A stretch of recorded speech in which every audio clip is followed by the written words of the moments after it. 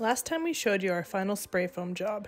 It took us a year longer than we expected, but we were finally able to get the rest of the spray foam in, and we could not be more excited. So now that the spray foam's done, it's a new chapter on the boat. It's time for us to actually start putting things back together. After we clean the camera up, of course.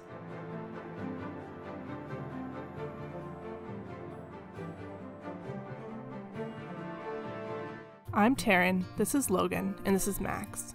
Our life rarely goes as planned, and this story is no different. But we are determined to rebuild our beautiful steel boat, even stronger than she was before. And we're bringing you along with us.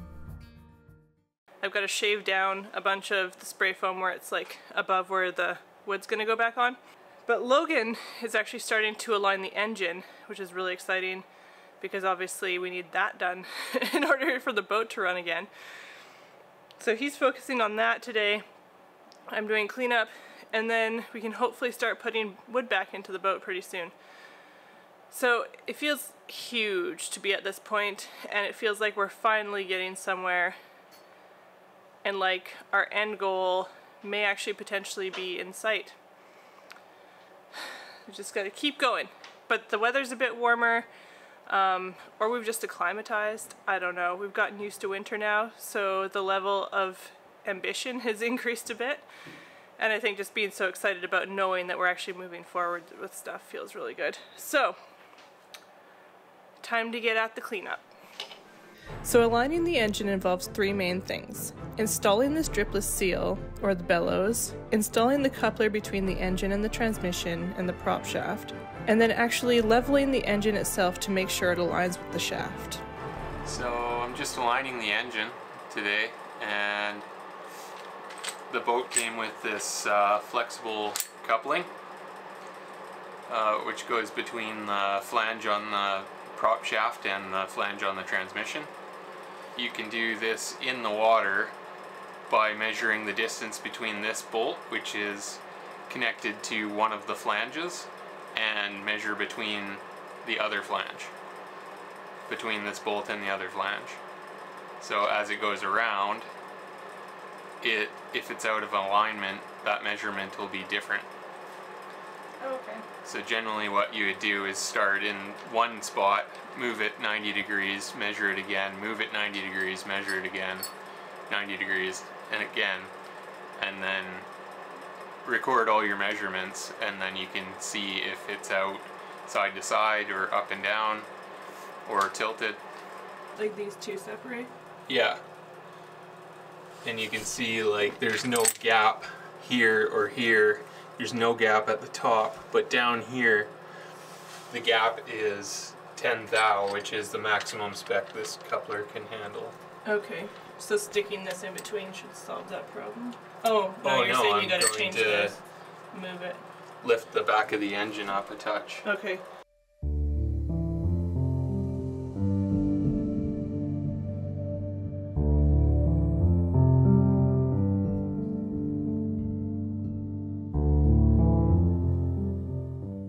In order to get the dripless seal on, the shaft had to be separated from the transmission. So, I know this is going to be really impossible to see, but this is textured from the paintbrush. So there's texture all around here, a drip on the bottom. So I've got to sand this nice and smooth. Then I have to clean any oils or grease off of the shaft.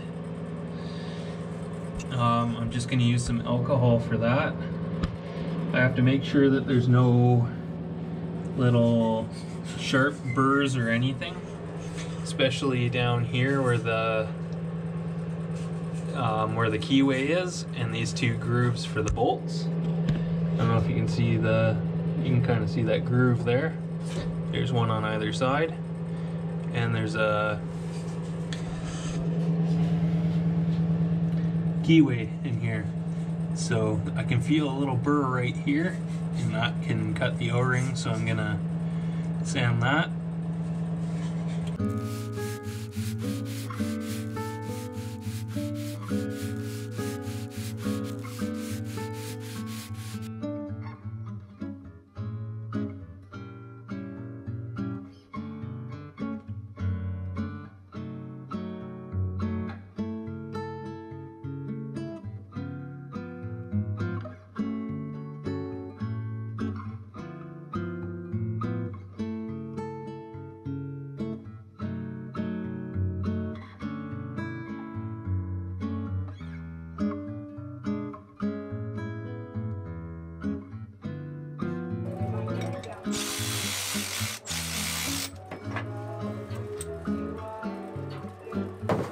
What'd you do?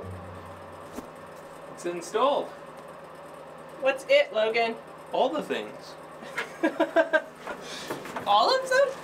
Yeah, so basically all I have left to do is torque the coupling bolts. They're all tight. I just have to torque them. And then put the tension on the bellows. And then that's it. Well, that's crazy. But look. It spins. And it's not too out of alignment? No. I haven't measured like I haven't measured it since I did the first alignment this morning. Right. But I think it's going to be good. So this is what I was talking about here. So you see how that bolt has a little, it's different than the rest. It's got a little thing on the top. Yeah. So as it goes around with the flexible coupling, if there's any misalignment here, you stick a feeler gauge in between this flange and there. Mm-hmm. And if it's not aligned, it'll give you a different reading here to here to here. Right. Because the coupling is attached like solid to one side and solid to the other side, and it flexes here. Okay. In between the two mounting points. Yeah. On opposite flanges. So you'll see any kind of variation as it goes around, but it looks good and it feels really good right now, so I'm just hoping for the best. I mean, we won't be able to actually do the final alignment until we're in the water for a couple of days and have the rig up and everything tensioned, and then the boat will come back into shape. Okay, so because the boat's been out of the water for like 2.5 years, so it'll be slightly egg-shaped. Yeah. So right now, to test it, you have to tighten up those bolts, torque them, and then you do the measurement test you were just talking about, and that should tell you if you have to move the engine at all for right now. We were less than 3/1000ths of an inch out. I don't have a feeler gauge that's smaller than that really, other than like a super thin one that it's too flimsy to try and force into the gap. So our maximum is 10 thou. So we have 7 to play with then. Yeah. So if it changes 7 thou going back into the water, it's fine. We just have to move the mounts up or down or side to side. Okay, but there's nothing to be done right now. Nope, this is it. I just have to torque this so that everything is pulled in as far as it's going to be pulled, and then compress the bellows for the driplet shaft seal, because they have to be compressed. I think it's 3/4 of an inch? 3/8 to inch. Yeah, we're 1 3/8 shaft, so 3/4 of an inch, or 20 millimeters. Ooh. So it's like 19.6 millimeters or something, but awesome. That's it. And while Logan was working his butt off on the engine, I was doing this.